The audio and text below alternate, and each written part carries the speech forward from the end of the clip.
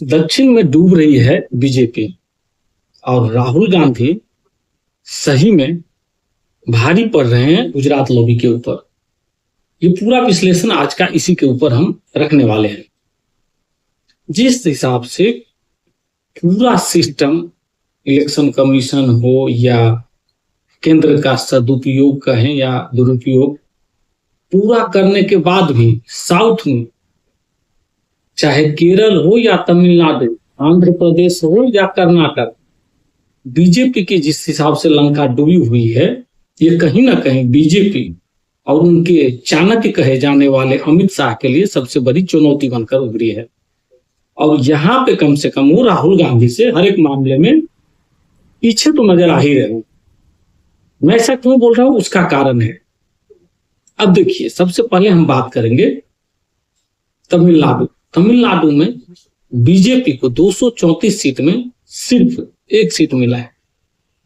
वहीं केरल की बात करें तो केरल में बीजेपी को 3 सीटें मिली हैं। आंध्र प्रदेश और कर्नाटक, इन सब राज्यों में बीजेपी अभी भी स्ट्रगल वाली स्थिति में ही चल रही है। अब हम बात करेंगे, अगर आप साउथ की राजनीति में देखेंगे तो राहुल गांधी की पकड़ कहें या खड़गे जी का रणनीति, वो बीजेपी से कहीं ज्यादा स्ट्रॉन्ग नजर आती है। अब अगर बात करेंगे कांग्रेस और खड़गे जी का, तो यहाँ पे गौर करने वाली बात है कि उन्होंने तमिलनाडु में 5 सीटें जीती है। यहीं अगर हम केरला की बात करें तो उन्होंने वहां पे सरकार बनाने के लिए जो आंकड़े होते हैं उनको पूरा करके वहां पे उनका सरकार बनते हुए नजर आ रही है। अब बात करेंगे अगर हम लोग कर्नाटक में, तो उनकी सरकार ऑलरेडी है ही। यही बात अगर करेंगे हम, तो सबसे ज्यादा तमिलनाडु में जो खेल हुआ है, या प्रचंड बहुमत के बाद एक्टर जोसेफ विजय जो भी मुख्यमंत्री बनने जा रहे हैं, उसके साथ भी आपने राहुल गांधी की तस्वीर भी देखी होगी और राहुल गांधी का समर्थन भी उनको मिला है, जिसके बाद वो वहां पे सरकार बनाने संभवतः आज उनका मुख्यमंत्री का शपथ है। अब इन सब में सबसे ज्यादा अगर कोई परेशान है तो वो है चंद्रबाबू नायडू, जो केंद्र में बीजेपी या यूं कहें मोदी जी के साथ 2 बैसाखी में से एक महत्वपूर्ण बैसाखी इनका ही माना जाता है। पहला बैसाखी इनका इसके लिए क्योंकि नीतीश कुमार को जिस हिसाब से डब्बा बंद करके पार्सल हो गया है, और जिस हिसाब से वो राजनीति में कहीं भी अब आपको सक्रिय या दिखते या सुनते भी नजर नहीं आ रहे होंगे, क्योंकि बीजेपी ने बिहार में गेम करके ऑलरेडी सम्राट चौधरी को अपना मुख्यमंत्री बनाया, और नीतीश जी को जो भी सेटलमेंट हुआ या जो भी पद उनको दिया गया या उनके बच्चे को मंत्री का पद दिया गया, वो सब बात की बात है। लेकिन अब बात करेंगे चंद्रबाबू।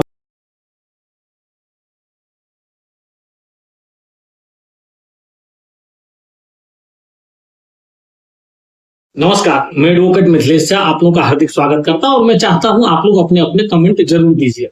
आपको क्या लगता है कि ये कभी भी इनके लिए मोदी जी, अमित शाह, या यूं कहें उत्तर दक्षिण की राजनीति या साउथ वर्सेज नॉर्थ की राजनीति, आपको क्या लगता है कहां तक मोदी जी सफल हो पाएंगे या अमित शाह जी? अब बात करते हैं चंद्रबाबू नायडू के ऊपर। चंद्रबाबू नायडू अब बैसाखी जो है मोदी जी का, अब खुद में परेशान है। परेशान होने का कारण क्या है?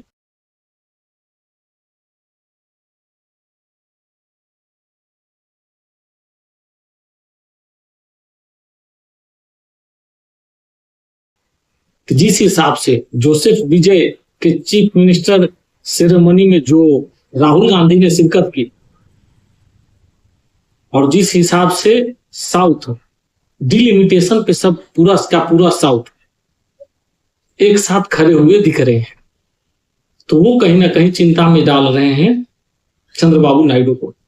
और चंद्रबाबू नायडू के यहाँ आंध्र प्रदेश की बात करें तो वहां भी राहुल गांधी एंड कंपनी, विजय मतलब जो एक्टर अभी जीते हैं जोसेफ विजय, उसी के तर्ज पे इस बार आंध्र प्रदेश में कुछ अलग करने की तैयारी में राजनीतिक विश्लेषकों का कहना है कि राहुल गांधी एंड कंपनी उसके ऊपर भी कुछ तो काम कर रहे हैं। अब देखिए टोटल अगर 5 राज्यों की बात करें तो उसमें जो टोटल अगर कांग्रेस और बीजेपी की बात करें कि एमएलए लेवल का, तो बीजेपी का सिर्फ 83 एमएलए है वहां पे पूरे 5 राज्यों में मिलाकर के साउथ के। अब यही कांग्रेस की बात करें तो 282 समथिंग अप्रोक्स 282 सीट। तो इसी बेस पे मेरा मानना था कि बीजेपी आने वाले समय में हो सकता है, आपको ये भी हो सकता है कि चंद्रबाबू नायडू मोदी से साइड लाइन होते हुए भी दिख सकते हैं, क्योंकि राजनीति है और राजनीति में अपने फायदे नुकसान सब देख के ही चलते हैं। अब चंद्रबाबू नायडू के लिए परेशानी क्या है कि अगर वो मोदी जी को ऑक्सीजन जब तक दे रहे हैं तब तक केंद्र का सरकार बचा हुआ है। जिस दिन उन्होंने ऑक्सीजन देना बंद किया उस दिन सरकार की हालत सबको पता है। मिलते हैं फिर किसी नेक्स्ट वीडियो में। वंदे मातरम, भारत माता की जय। कमेंट और लाइक और सब्सक्राइब तीनों कीजिए। धन्यवाद।